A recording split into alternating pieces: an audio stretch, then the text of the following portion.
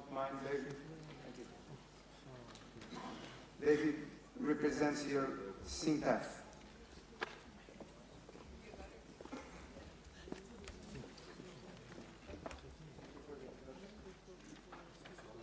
Dear audience, the title of my presentation is Norwegian Aquaculture from a Technology Perspective. And the outline, first I will tell you a little bit about SINTEF, our research organization. Then I will continue with the Norwegian salmon story and the present technology and development. We'll mention some challenges and solutions and some future perspectives for the salmon industry. SINTEF is the largest independent research organization in Scandinavia. It has leading expertise in the natural sciences and technology, environment, health, and social science.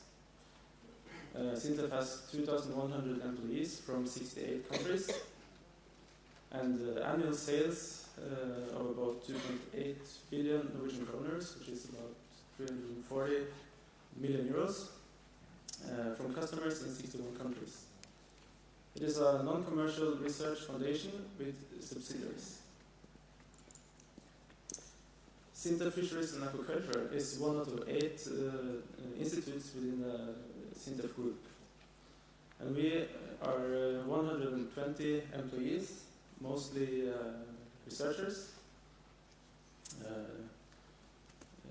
And the annual sales in 2012 was about 181 million Norwegian kroners, which is about 22 million euros. Basic comes from business and industry, and also important contributor are the National Research Council of Norway through basic grants and basic support. And everything we do is through projects, where half of our projects are with Norwegian industry, another with the Norwegian Research Council, and also public sector. SINTEF Fisheries and Aquaculture are divided into 5 departments. We have the Marine Resources Technology Department, Department for Fisheries Technology, Aquaculture Technology, Processing Technology, and International Projects and Consulting. And I represent Aquaculture Technology. I used to work for the Fisheries Technology. And so we move on to the Norwegian salmon story. It started up in the late 1960s, and then in a very small scale in sheltered areas. And since it has grown since then, and since 1980, Norway has become a pioneer in developing industrial salmon farming. And that is done through selective breeding, management in terms of feed production, logistics, regulations, sales, etc. We have fish health, technology, and research and manufacturing for the industry. And in recent years, the annual growth has been on an average of 8%. In 2010, we reached historic high production with 1 million metric tons in biomass. Most of the produced salmon is exported. Actually, more than 95% is exported. And Norwegian farming companies are now global enterprises with activity in Chile, Canada, Scotland, and also the Faroe Islands. Norwegian companies are leading global suppliers of fish farming equipment. Here you see some evolution of the production volumes from 1994 until 2010. You see that the production in 1994 was slightly above 200,000 metric tons. And as I said, it reached 1 million metric tons in 2010. And the major part of it is Atlantic salmon, which accounts for more than 90% of the total production. So, some numbers for Norwegian aquaculture today. We have about 1,000 licenses in Norway, where for each license you can produce 780 metric tons maximum allowable biomass. That's the upper limit of the biomass per license. The production in 2012 was slightly above 1.2 million metric tons, with a first-hand value of 30 billion Norwegian kroners, or 3.6 billion euros. Other species you can find in Norwegian aquaculture are trout, cod, and halibut. If you look at the smolt farms and fish farms, in 2012 you had about 5,000 man-years. But for the overall industry, the aquaculture industry produced around 22,000 man-years of labor. Now, we look at the life cycle of farmed Atlantic salmon. You start out with the raw and meat and get the spawn, which you then move into closed freshwater tanks where the small fish can grow up to size of about 150 grams. Then they are transported by a wellboat out to the production site, which is the fish farm. And that is the growth pace in sea for the salmon, where it reaches an average weight of about 5 kilograms before it's ready to be slaughtered. And that is done on land-based processing factories. And our concern are basically on the fish farming at sea. And here you see some examples of the technological development of fish farms. Back in the 60s, the floating structure was made of wood, while now it's, the industry standard are polyethylene or plastic cages. You also find some types of hinged steel cages, as you can see on the rose picture. A modern fish farm for Atlantic salmon today produces between 10,000 and 15,000 tons per cycle. And you do that in 10 to 12 cages, where each of the cages have a diameter of 50 meters. And the nets where the fish is kept have a depth of about 40 meters. And you can have about 200,000 fish in each of the cages. It's an efficient way of producing fish meat. You produce 1,000 to 1,500 tons of fish per invested man labor year. And today's agriculture in Norway is exposed, but it's not fully offshore. And another important part of a fish farm is the feeding barge, which provides storage for the feed. You can have between 500 and 700 tons of storage capacity, or even higher actually. Anyway, at peak production, it needs to be loaded every 2 to 3 days.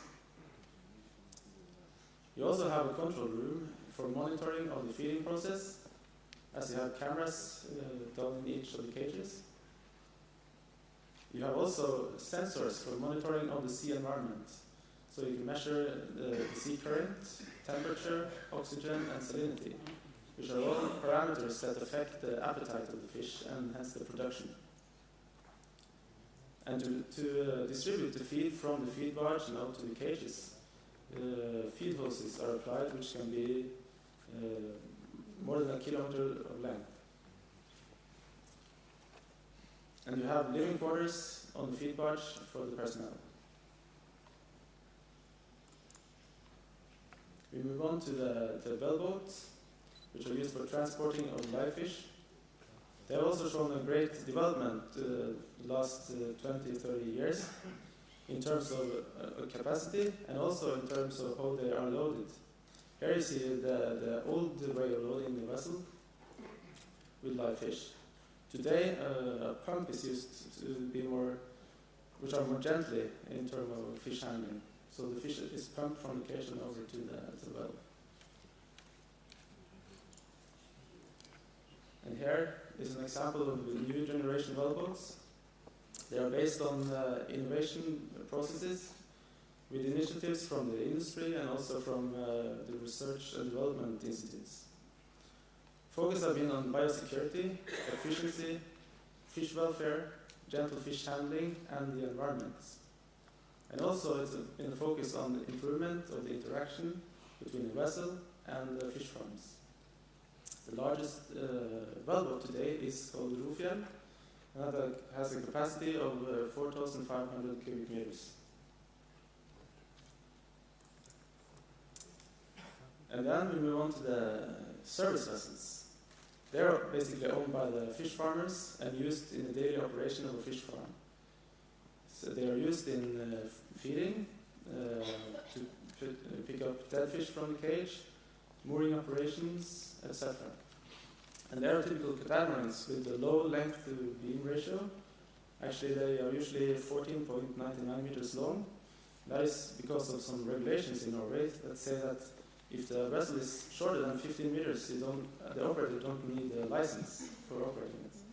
But this is about to change, such that new regulations will say that all operators of service vessels in aquaculture need a certificate. So then you will see, maybe in the very near future, new types of vessels with better sea-keeping behavior, etc., which are longer than 15 meters. And then to some challenges. There have been some problems in the last 10 years maybe with fish escape. And an assessment of the 95 incident reports from 2006 to 2009 revealed that 19% of large fish escape incidents accounted for about 91% of the total number of fish that escaped, while 44% of the small escape incidents accounted for only 0.27% of the total number of fish that escaped. And that means that if we can get rid of the large escape incidents, a lot is done. And you see what was the causes of the incident here on these diagrams. The most important part or cause is the hole in the net. And that can be caused by net interaction with other elements of the fish farm structure. Another challenge is to remove or reduce parasites called sea lice. It has been an increasing problem over the last years as the production volumes of the salmon has increased, and also due to some higher sea temperatures the last couple of years. It's an aim to avoid using chemicals by good management and clever localization of farms, and also the use of cleaner fish. And here is to the upper right you see a picture of a wrasse which actually eats sea lice. And these small fishes are put into the cages together with salmon to clean the salmon for sea lice. And you also do dispersion modeling of sea lice. Then some future perspectives. It's a clear trend that fish farms are put or move from sheltered areas to more and more exposed areas. And that is that fish farmers look for more space and also for more stable conditions in terms of temperature, oxygen, and salinity, as those are parameters important for production. There is also a trend that there are fewer and larger farms. So then the question is it okay to use existing technology of farms and move them to more exposed areas? So that are problems that we are looking at SINTEF. Because it's not only that the fish farm have to withstand the high wave heights, it's also about duration of weather, because these fish farms need to be operated by personnel. And then finally, another interesting topic is integrated multi-trophic aquaculture. And that is combined production of lower trophic level organisms like mussels and seaweeds together with the farming of Atlantic salmon. And that creates added value from feed investments. And you also exploit waste like nutrients and particles from the fish cages. So it can also reduce the environmental impact from these from these structures. So that's a good thing. And we have ongoing research projects on IMTA at SINTEF right now. Okay, thank you for your attention.